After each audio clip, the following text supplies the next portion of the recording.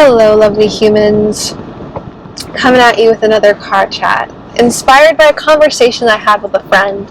We were talking about relationships, and they recently went through a breakup, and and then I was sharing about some things that I've been struggling with recently, and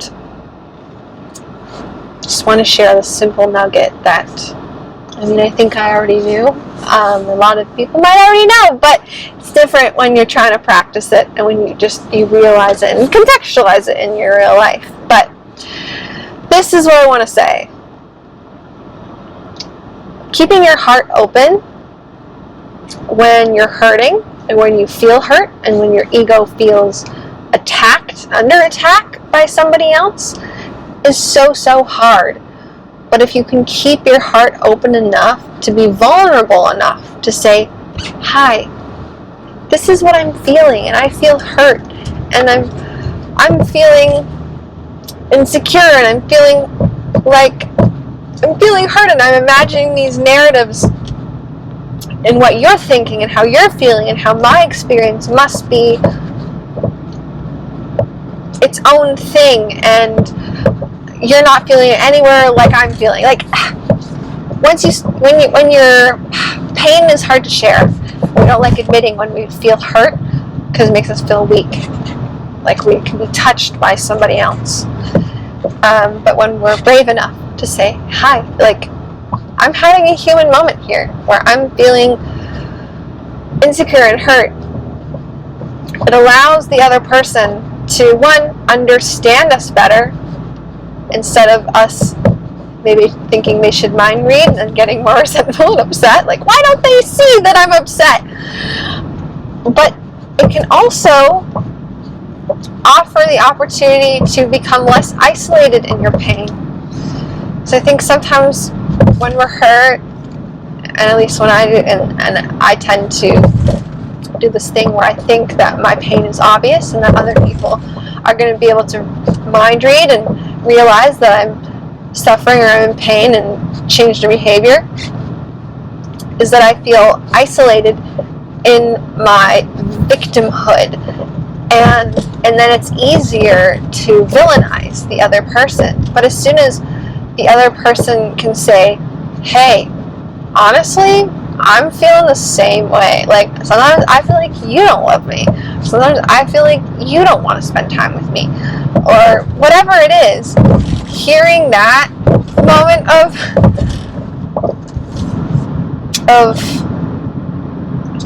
vulnerability from the other person and realizing you're not alone is so helpful in being able to then bring back that empathy and that compassion and that open-heartedness for the person that you may have been hurt by. And I don't know. I think this week I've realized that sometimes I can get insecure in relationships, and we all do. And that I create these narratives in my head. The other person must be thinking and feeling this way, and that I'm the only one that's hurt here and it's probably because I tend to think that other people are more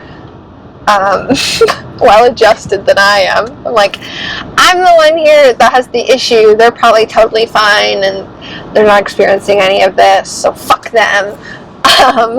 They don't care about me as much as I do, clearly, if they're not having a hard time.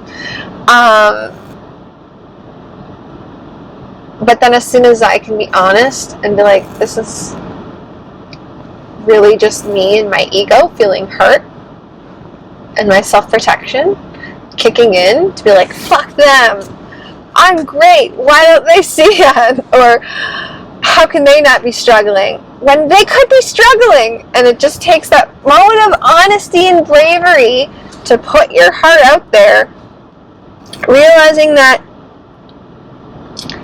they might not be sharing the experience you're having, and then that might hurt, and you might get your heart broken and realize that, oh, this person doesn't love me as much as I love them. And then, that sucks, and you have to reconcile with it. But it's better knowing than imagining what the other person is thinking, because as much as we like to think we know other people better than they know themselves, often we don't know what's going on in other people's minds. And I don't know, agonizing over these hypothetical scenarios and what other people are thinking is not productive, it's not accurate. And so anyway, in this conversation with my friend, I realized that one, there's some ego stuff going on with me this week, and I just need to have an honest conversation with my partner and just be vulnerable and just have a moment of saying, hey, like, I'm having a really hard time. This has been really hard for me, and this is why. And, you know, we might not be able to find a solution together. Maybe there is none. Maybe my needs are different than what needs can be fulfilled by them. But at least we're being honest, and we're putting it out there, and we're explaining our behavior and our moodiness. And we can go from there. And anyway, this is my moment of clarity, where this whole week I've been feeling very torn up, kind of pulled in different directions, and feeling like I need to have an answer. And I think honestly resisting the emotional roller coaster I felt like was on, and not enjoying the pain I was feeling, because who likes pain? And feeling hurt and struggling, and then and feeling like, oh, but if this is so hard right now, like, it's always going to be hard. You know, what does that mean for the future? And getting all, as they say, all the woke self-aware, enlightened people would say, I was focusing too much, I think, on the future and predicted future pain, and thinking that I don't know if I can handle that, and then that being a problem that I've created and imagined for myself, and then feeling like I need to make some kind of decision to either prevent this future pain or decide that I'm okay with it. Anyway, just what an emotional roller coaster. But yeah, I don't know, I'm feeling a little bit more clear right now, and that I just need to have a good, honest conversation, share how I'm feeling, and go from there, and let the other person, you know, tell me how they're feeling. And then I'll have real information, and I can go from there. It might not be what I want to hear. It might not solve the things that I'm struggling with. But at least they'll have my facts, and I'll have theirs. And that'll be that. Sometimes it's not so cut and dry. Especially when you love people, you know, when you really care for people. There's a lot of ego that comes up. Relationships are never 50-50, but it is funny how I do find, and I think I'm so well adjusted, and I realize I'm not. There is part of me that is always measuring a little bit of grappling for power, of, you know, am I in this more than the other person is? Even in friendships and things like that, like, people like to feel like the other person wants them more, or cares more about the relationship, or is investing at least equal time and energy into it.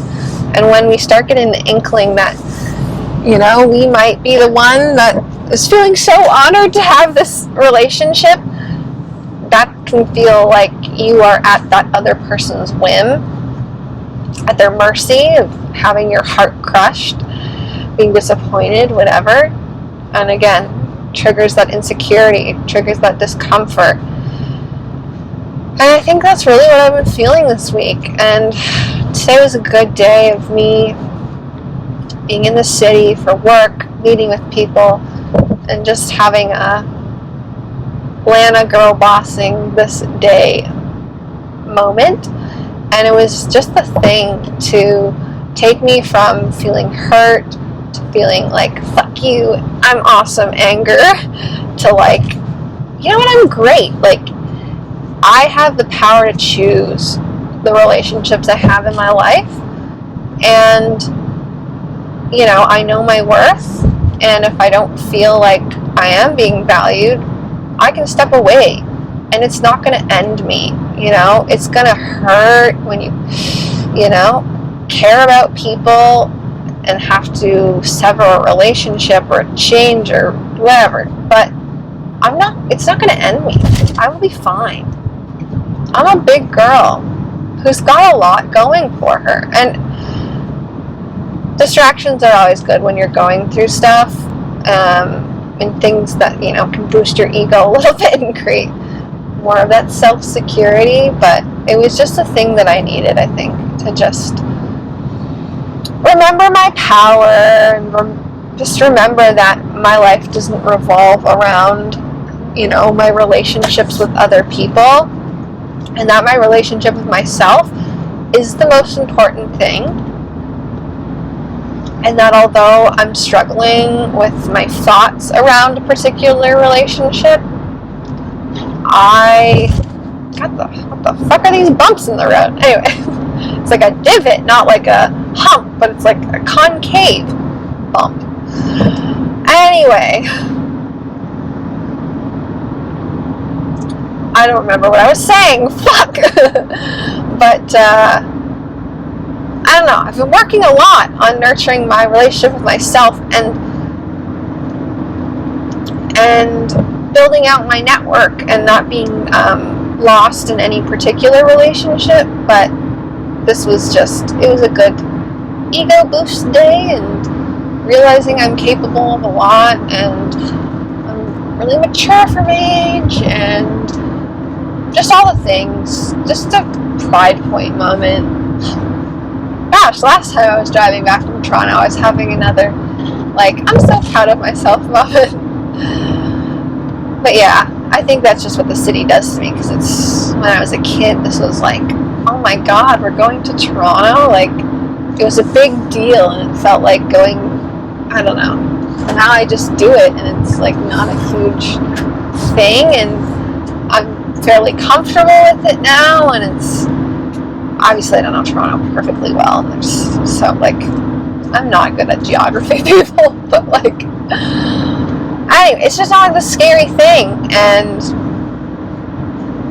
I just, more and more as you get older, this is coming from a young person, but as you get older, you realize that things that scared you aren't that scary, and whatever you thought you couldn't handle or ruled out, it's possible. Like, I don't know, I'm more open to possibility, I'm more open to the miracles of life, and I think just more trusting that in myself.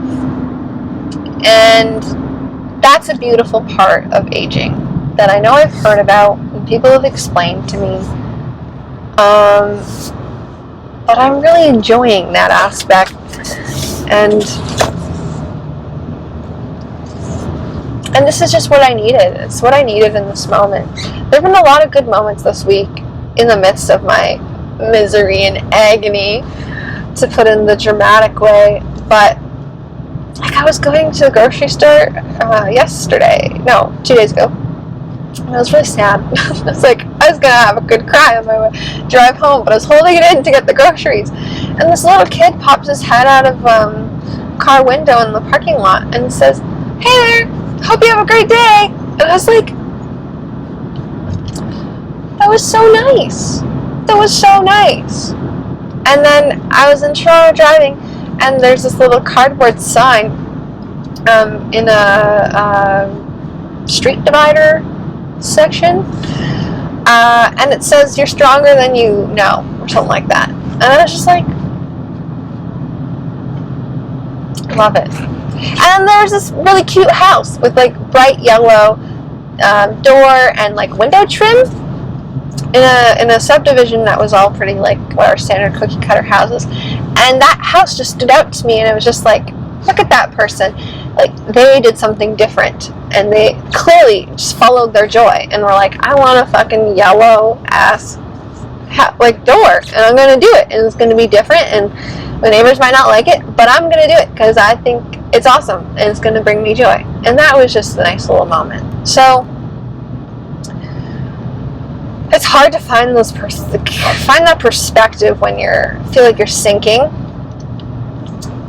but there's so much good. There's so much good in this world, in this life, and you know, if you're going through something you're struggling with, if you're in pain, I hope you can just know that, you know, the stars are always there. Just sometimes the clouds are hiding them, and they'll be there once the wind pushes the clouds away, and you'll find that joy again, and everything you need is within you. I know sometimes it can feel so sort of, what's the word, seductively easy to feel like we don't have power, and just to feel hopeless and helpless in our pain, helpless to circumstance. But if we live our lives that way, we're playing a game where all the variables are uncontrolled variables. And it doesn't have to be that way. You have so much power of choice on what you make of life for yourself. And any day can be made good again, even if it starts off crappy. And any situation can be one that is, you know, maybe not entirely good and positive, but there can be good in it. So it's all about how you look at the glass, isn't it? So anyway,